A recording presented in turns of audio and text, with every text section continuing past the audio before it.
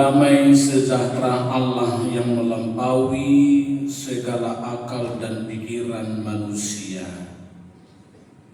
itulah yang memelihara hati dan imanmu sekalian, di dalam nama Yesus Kristus Tuhan kita. Amin. Bapak Ibu sekalian, jemaat yang dikasihi Tuhan, selamat hari Minggu. Shalom bagi kita semua.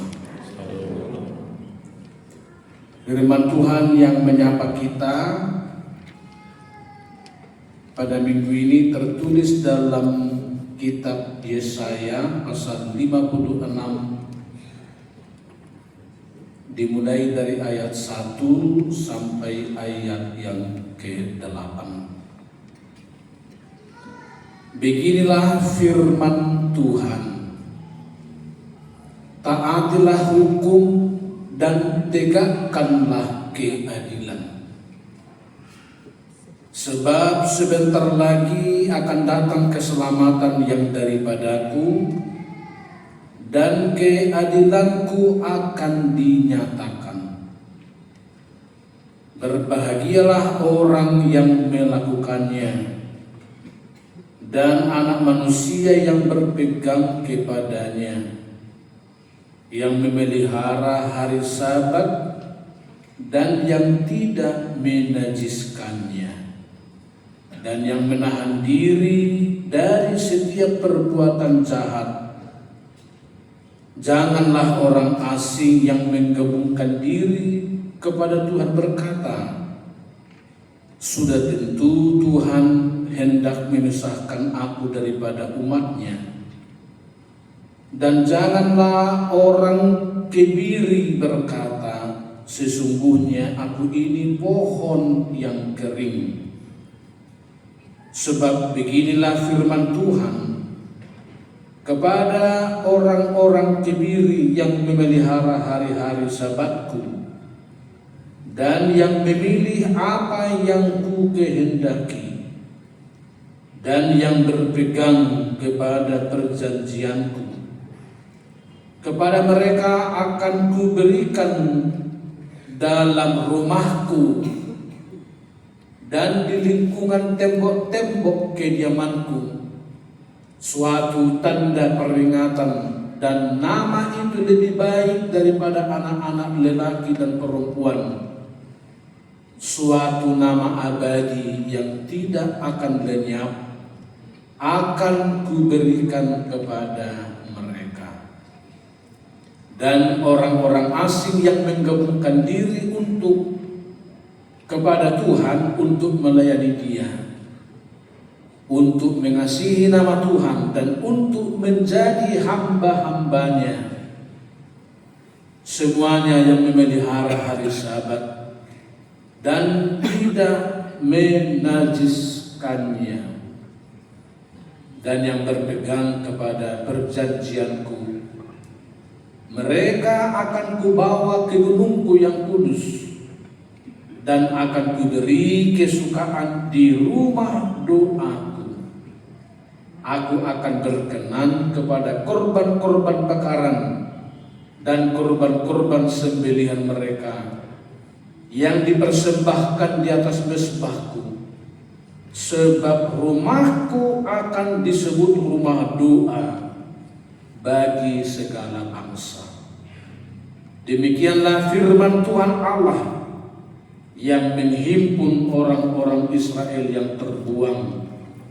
Aku akan menghimpunkan orang kepadanya lagi, sebagai tambahan kepada orang-orangnya yang telah terhimpun. Demikianlah firman Tuhan yang menyapa kita pada minggu ini. Bapak Ibu, saudaraku jemaat yang dikasihi oleh Tuhan, minggu hari ini adalah minggu yang sangat khusus bagi kita, karena besok kita akan mensyukuri Berkat Tuhan untuk bangsa dan negara kita yang telah tiba pada usia ke-81. Merdeka.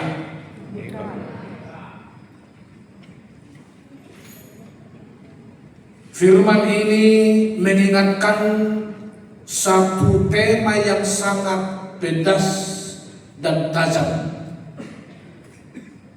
agar setiap orang percaya taat akan hukum dan menegakkan keadilan. Tentu kita sebagai warga gereja yang sekaligus sebagai warga negara, Tuhan memanggil kita mengisi dan memaknai ulang tahun negara kita Republik Indonesia yang kita cintai ini, agar semua kita dalam segala bidang kehidupan kita masing-masing, bahkan di tengah-tengah keluarga, semua kita menjadi anak-anak Tuhan yang taat akan hukum dan gemar menegakkan keadilan. Saudaraku yang kekasih, teks yang diberikan oleh Yesaya menaati hukum dan menegakkan keadilan ini bukan pilihan. Dia sifatnya bukan opsional, tapi ini sebuah perintah imperatif yang wajib dilakukan tanpa ada tawar-menawar dalam kehidupan kita sebagai orang beriman sekaligus sebagai warga negara. Itulah sebabnya saya menyebut tema ini sungguh tajam dan pedas. Dari firman Tuhan mengingatkan kita, karena seruan tema ini adalah perintah. Di tengah-tengah banyaknya rasa miris melihat berbagai hukum yang kurang tegak di sekeliling kita, sebab kita banyak menyaksikan perilaku ketidakadilan, bahkan ketidakadilan dimulai di tengah-tengah keluarga. Tadi kalau kita simak epistel dari Galatia 3 ayat 26 dan 29, di situ diingatkan bahwa tidak ada lagi Yahudi atau Yunani, budak atau majikan, perempuan maupun laki-laki. Semua itu, kategori itu menjadi anak-anak Tuhan yang setara di hadapan Tuhan. Bukankah kadang-kadang penindasan ketidakadilan dimulai dari keluarga antara suami dengan istri? Bukankah juga anak-anak muda kadang-kadang melakukan ketidakadilan terhadap para perempuan? Apakah itu di tempat kerja atau di lingkungan kampus atau di berbagai tempat yang lain? Bukankah kalau seorang ayah menikah kembali kepada istri lain, padahal dia sudah diberkati 3-4 orang, tapi karena perempuan 4 orang itu, mereka meninggalkan istrinya lalu menikah dengan perempuan lain. Galatia tadi mengingatkan tidak ada lagi Yunani atau Yahudi, majikan atau budak, perempuan maupun laki-laki. Semua sama di hadapan Tuhan. Saudaraku yang kekasih, hukum dan keadilan ini memang acak menjadi barang langka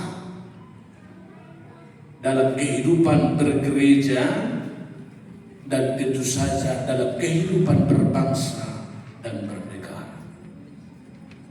Kita sering mendengar berita seorang nenek yang sendiri, yang tidak diperhatikan atau bahkan ditelantarkan oleh anak-anak dan cucunya, lalu mengambil satu buah mangga dari tetangga, divonis hukum 6 bulan penjara. Tapi kadang-kadang banyak orang yang mengkorupsi harta bangsa di negara kita ini, miliaran bahkan triliunan, belum juga dijatuhkan vonis.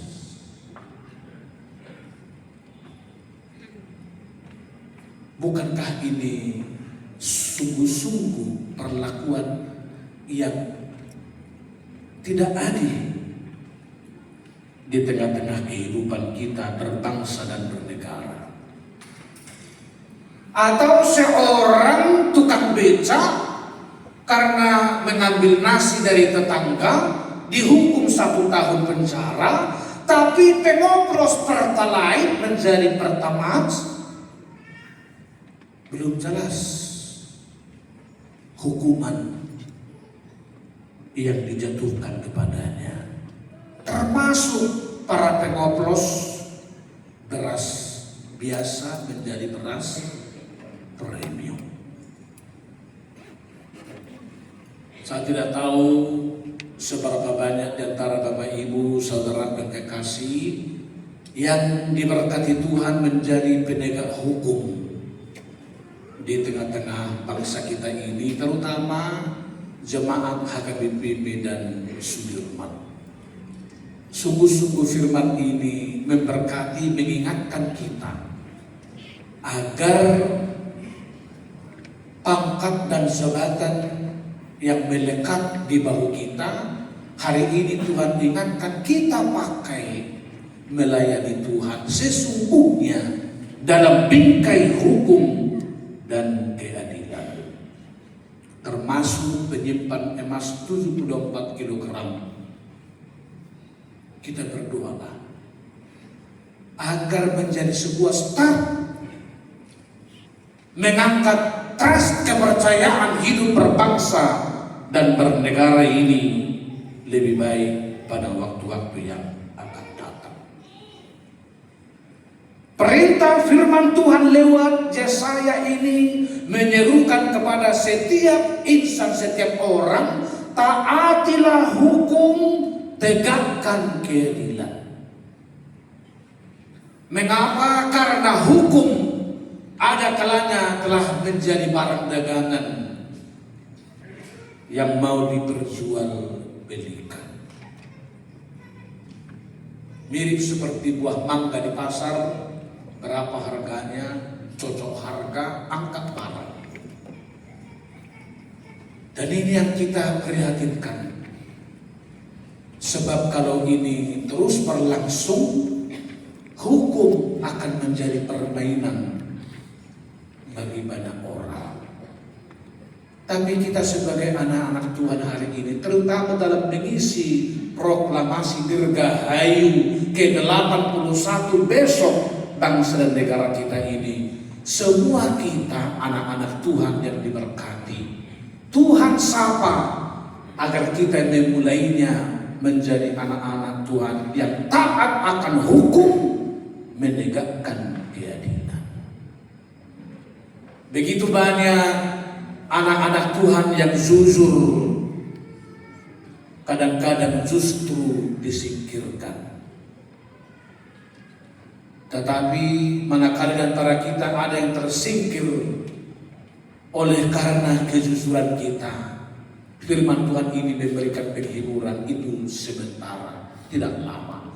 Tuhan sendiri akan mengangkat engkau kembali. Ada banyak kadang-kadang yang lurus dibengkokkan, yang bengkok diluruskan, yang salah dibenarkan, yang benar disalahkan. Firman Tuhan hari ini mengingatkan kita, Bapak Ibu yang saya kasihi dalam nama Yesus, bahwa beriman kepada Tuhan itu tidak boleh berhenti hanya di gereja. Melakukan keadilan, mentaati hukum tidak boleh hanya berhenti di ruang ibadah. Tetapi Tuhan memanggil kita sekarang, menyerukan sebagai anak Tuhan yang mentaati hukum Tuhan, bahwa menaati hukum dan keadilan itu harus juga memasuki ruang keseharian hidup sehari-hari. Harus memasuki hidup kita di pasar, memasuki hidup kita di kantor, memasuki hidup kita di masyarakat, dimanapun kita berada.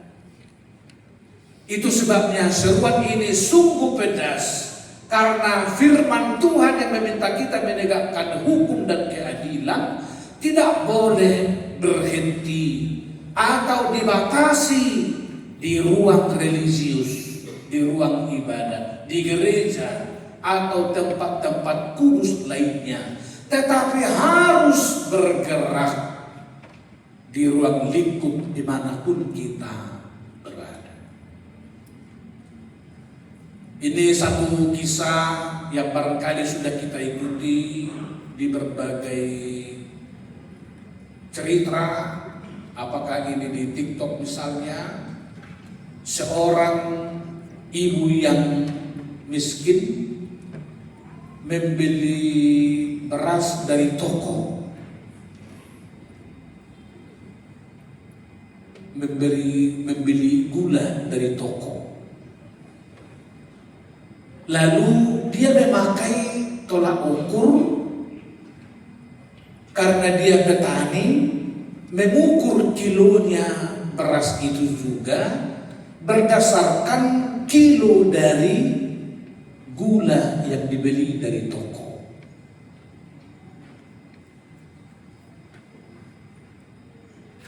Suatu saat tukang beli gula dari toko itu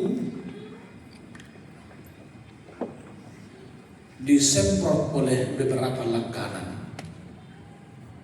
Ternyata beras yang dibeli orang dari tukang toko ini, karena dijual kembali oleh petani kepada toko, ternyata timbangan daripada beras itu tidak benar. Lalu tukang toko ini memanggil petani, petani, ternyata engkau selama ini menipu saya. Karena beras yang kau jual kepada saya untuk saya jual kembali kepada masyarakat umum tidak sesuai ukuran kilonya. 10 kilo rupanya sesudah ditimbang kembali hanya 9,5 kilo.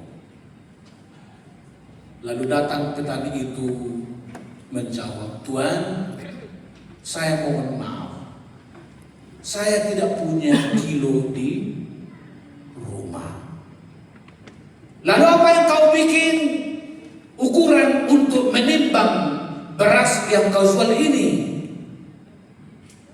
"Tuan, kalau saya membeli gula 1 kilo dari Tuan selama ini, maka saya buatlah 10 kali dari jumlah gula per kilo yang Tuan jual. Lalu kalau sudah 10 kali berarti paslah itu kilonya 10 kilo." Lalu tukang beras itu malu. Rupanya kilo yang dipakai oleh petani menjual beras hasil taninya memakai neraca yang dipakai oleh tukang toko. Secara tidak langsung petani ini mau mengatakan, sebetulnya kaulah yang curang, karena kau selama ini berarti menjual seluruh jualanmu dengan palsu, sehingga saya juga ikut palsu. Padahal saya mengikuti neraca kilo yang engkau pakai selama ini.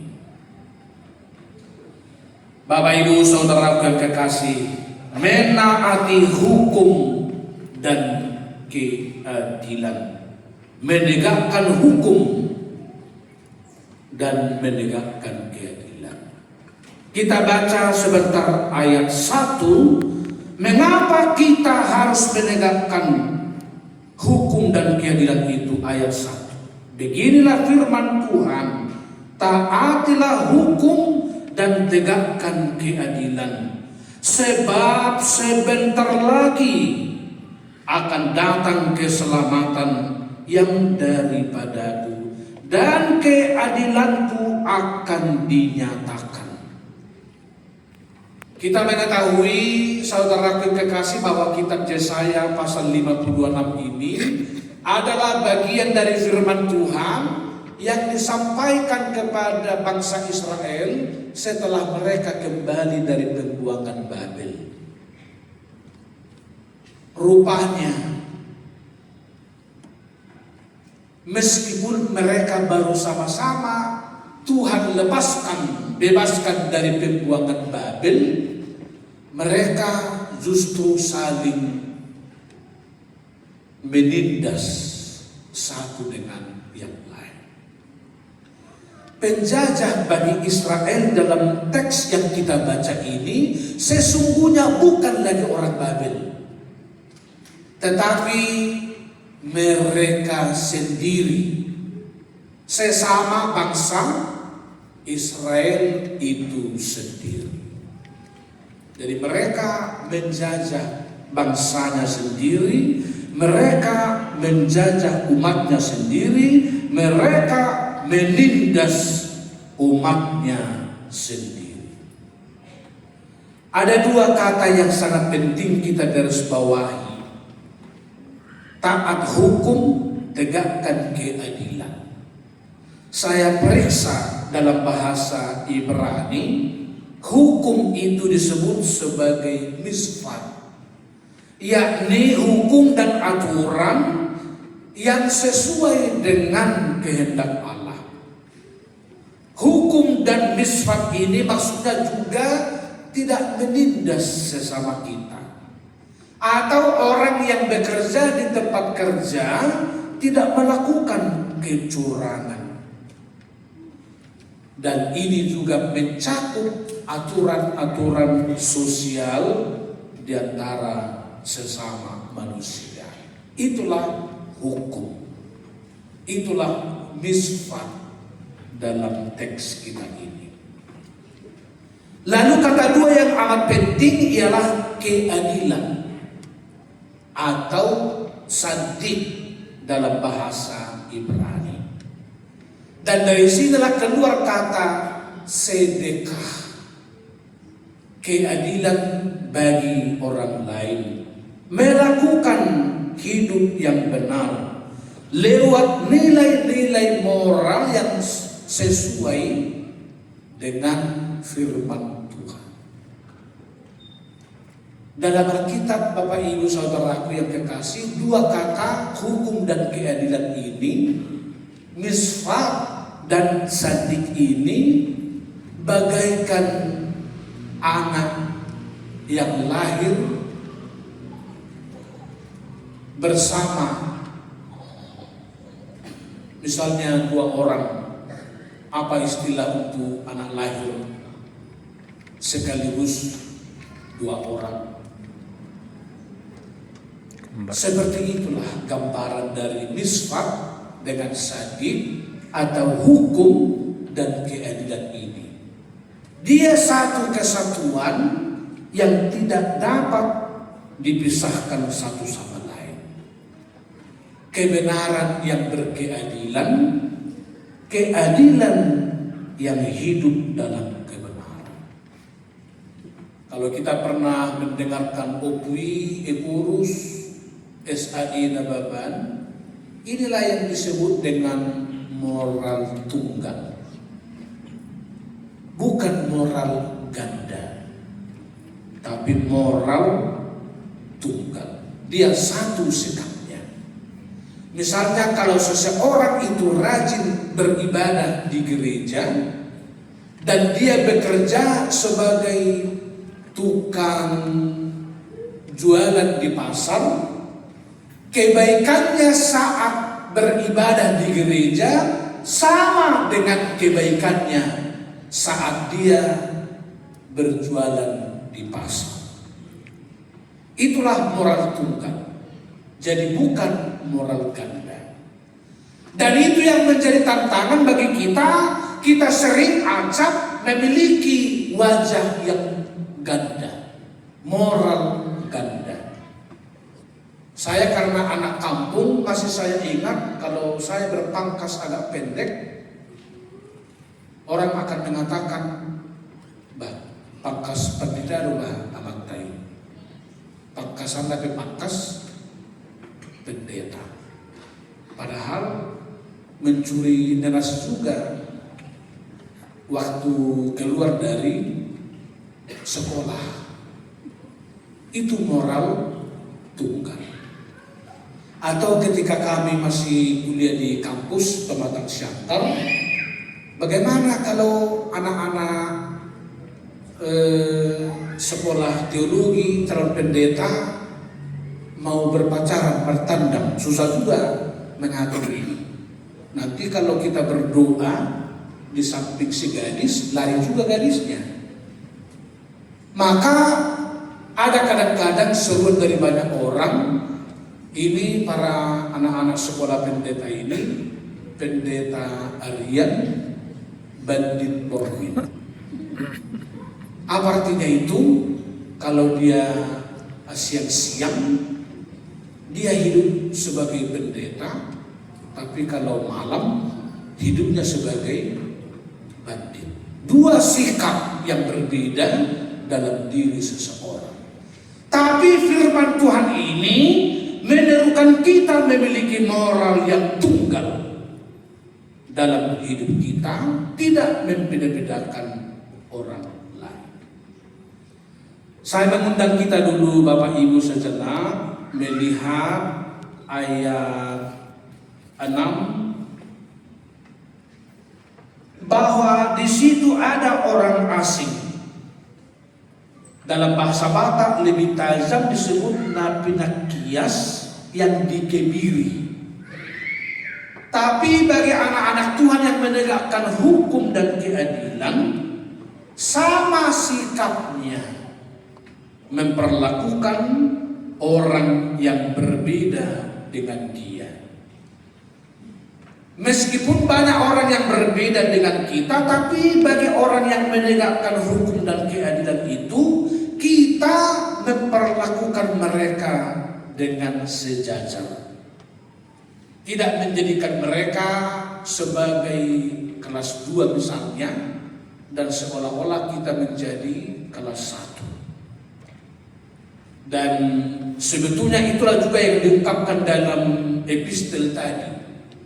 Karena Galatia itu memiliki 2 latar belakang jemaat dari Yahudi, merasa mereka tetap sebagai orang yang diutamakan dibandingkan dengan orang di luar Yahudi, seolah-olah itu di nomor 2-kan.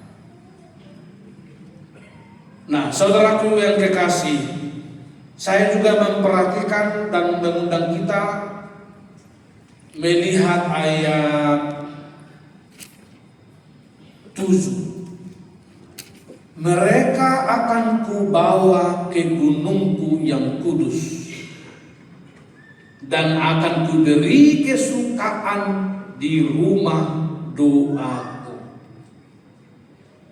Kalimat terakhir, sebab rumahku adalah akan disebut rumah doa bagi segala bangsa. Jadi rumah Tuhan itu kalau menegakkan hukum dan keadilan dalam rumah Tuhan, tidak ada sebetulnya perlakuan-perlakuan yang istimewa atau di sisi lain dianaktirikan. Semua kita sama di hadapan Tuhan. Itulah yang disebut dengan rumah doa untuk semua, the house of prayer for all the people. Itu sebabnya rumah Tuhan ini, gereja kita sejatinya menjadi rumah doa yang ramah untuk semua orang. Dengan segala latar belakang perbedaan yang ada pada kita, tapi tidak menjadikan kita dibeda-bedakan yang satu dengan yang lain.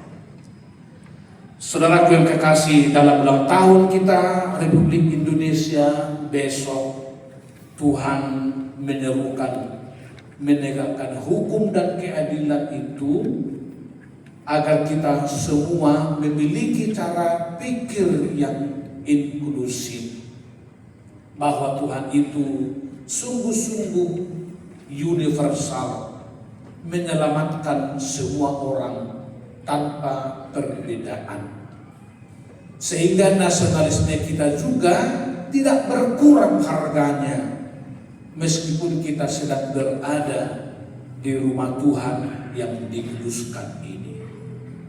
Oleh karena itu kita juga berdoa dalam bingkai kehidupan berbangsa dan bernegara, semoga kelompok-kelompok intoleran juga semakin jauh dari tengah-tengah bangsa kita. Tetapi kita pun juga memperlakukan siapa saja yang berbeda dengan kita sebagai anak-anak Tuhan yang patut kita cintai, kita kasihi sesuai dengan kehendak Tuhan bagi kita. Oleh karena itu diberkatilah Bapak Ibu saudara-saudaraku yang kekasih, bila pada hari Minggu ini sekaligus memaknai ulang tahun kita Republik Indonesia besok, kita semua menjadi anak-anak yang gemar melakukan hukum dan menegakkan keadilan. Bahkan dalam hidup berpacaran pun keadilan ini juga perlu diungkapkan dengan sungguh-sungguh terhadap sesama kita. Selamat hari Minggu dan selamat memasuki dirgahayu Republik Indonesia ke-81 besok. Semoga Tuhan memberkati kita sekalian. Amin. Mari kita berdoa. Bapa Surgawi, dalam nama Tuhan Yesus kami bersyukur karena Engkau menyapa kami lewat firman-Mu, mengingatkan kami dengan tajam, dengan pedas, agar pada hari Minggu ini sekaligus mengisi dan memaknai ulang tahun negara kami ke-81 besok, kami menjadi warga gereja sekaligus warga negara yang taat akan hukum dan menegakkan keadilan. Di rumah-Mu yang kudus ini, Tuhan mengingatkan kami semua bahwa menaati hukum dan menegakkan keadilan bukanlah gagasan yang hanya terbatas dalam lingkungan hidup beribadah di gereja, tetapi menaati hukum dan menegakkan keadilan justru Tuhan berangkatkan agar kami juga sebagai warga gereja, sebagai anak Tuhan, sekaligus sebagai warga negara, turut menaati hukum dan keadilan dimanapun kami berada, dimanapun kami bekerja, bahkan di pasar, di masyarakat, di kantor, di gereja, bahkan dalam rumah tangga kami masing-masing. Alangkah indahnya hidup ini bila keluarga, ayah dan ibu dan anak sama-sama menaati hukum dan menegakkan keadilan. Dimulai dari relasi keluarga, rumah tangga satu dengan yang lain. Sebab kami yakin menaati hukum dan keadilan bila kami mulai dari keluarga akan menjadi kekuatan bagi kami dalam hidup sehari-hari, juga menegakkan keadilan dan menaati hukum baik yang telah ditetapkan oleh para pemerintah kami, tetapi terutama menaati hukum dan keadilan Tuhan berdasarkan firman-Mu dalam keseharian hidup kami. Terima kasih Bapa di surga, Engkau mengingatkan kami agar menjauhi berbagai kejahatan hukum, penyimpangan hukum, bahkan jual beli hukum dalam berbagai aspek hidup kami. Tapi biarlah kami dimulai dari hal-hal yang kecil. Kami gemar membenarkan yang benar itu tetap benar dan menyalahkan yang salah. Berkatilah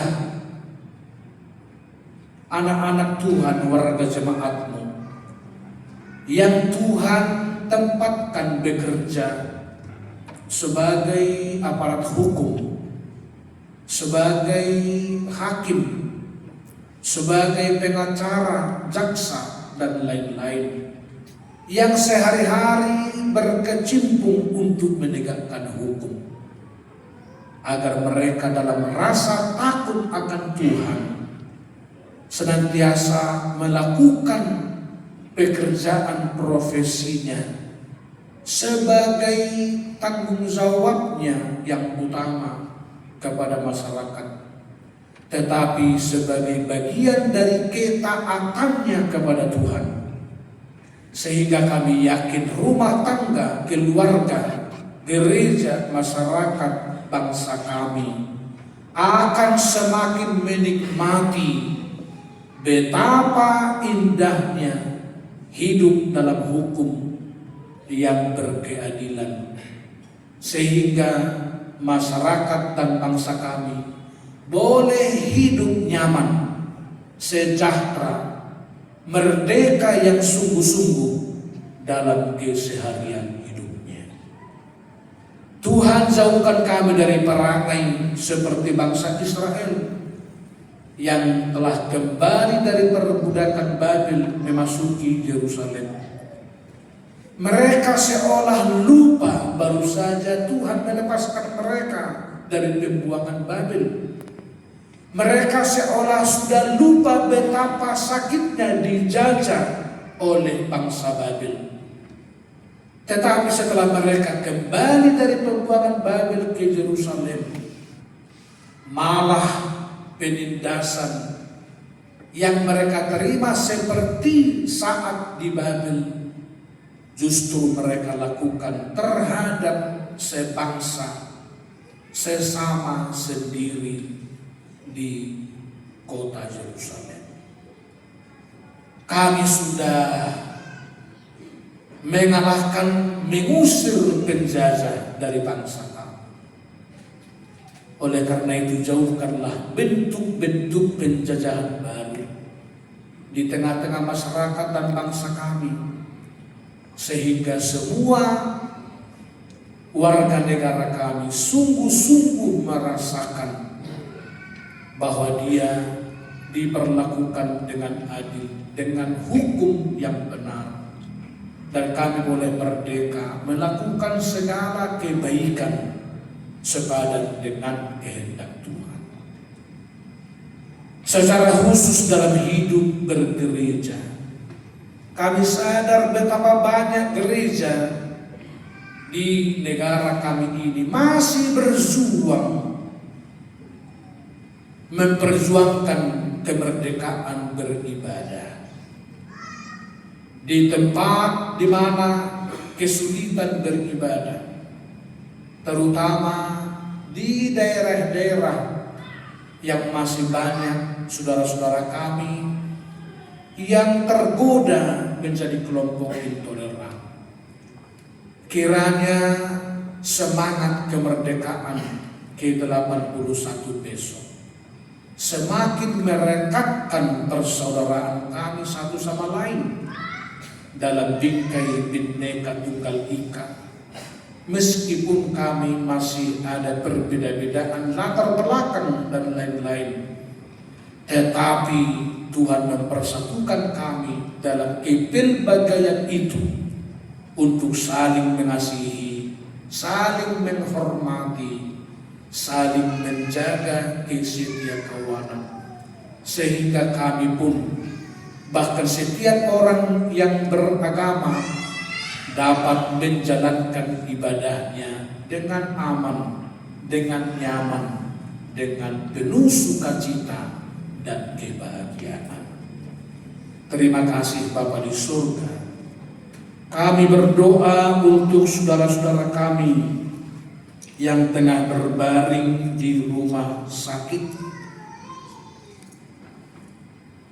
Bapak J. Sinaga di Rumah Sakit Marta Friska, Abang MC Tungkul di Rumah Sakit Elizabeth, Nyonya Silain Susanti Boru Huta Barat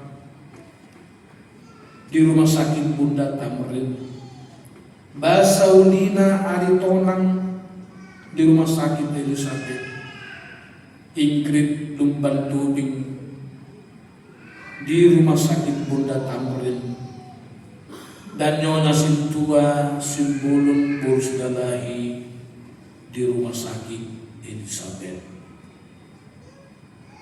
Ya Yesus, Tabib yang Maha Agung, berkenanlah Engkau melawat mereka agar mereka yakin dan percaya Tuhan berkuasa menyembuhkan segala penyakit mereka. Tetapi terutama Tuhan berikan hati yang sabar dan pengharapan yang kokoh, menantikan berkat Tuhan, menjamah mereka, memberikan yang terbaik dalam kehidupannya. Demikian juga kami semua yang hadir di sini. Tuhan berkati segenap hidup kami, sehingga saat nanti akan kembali dari rumah-Mu yang kudus ini, hidup kami beroleh pemulihan yang sejati dari Tuhan yang setia memberkati kami. Ampunilah ya Tuhan dosa-dosa pelanggaran kami, di dalam nama Yesus Kristus, Juru Selamat kami. Amin. Jemaat yang kekasih, kita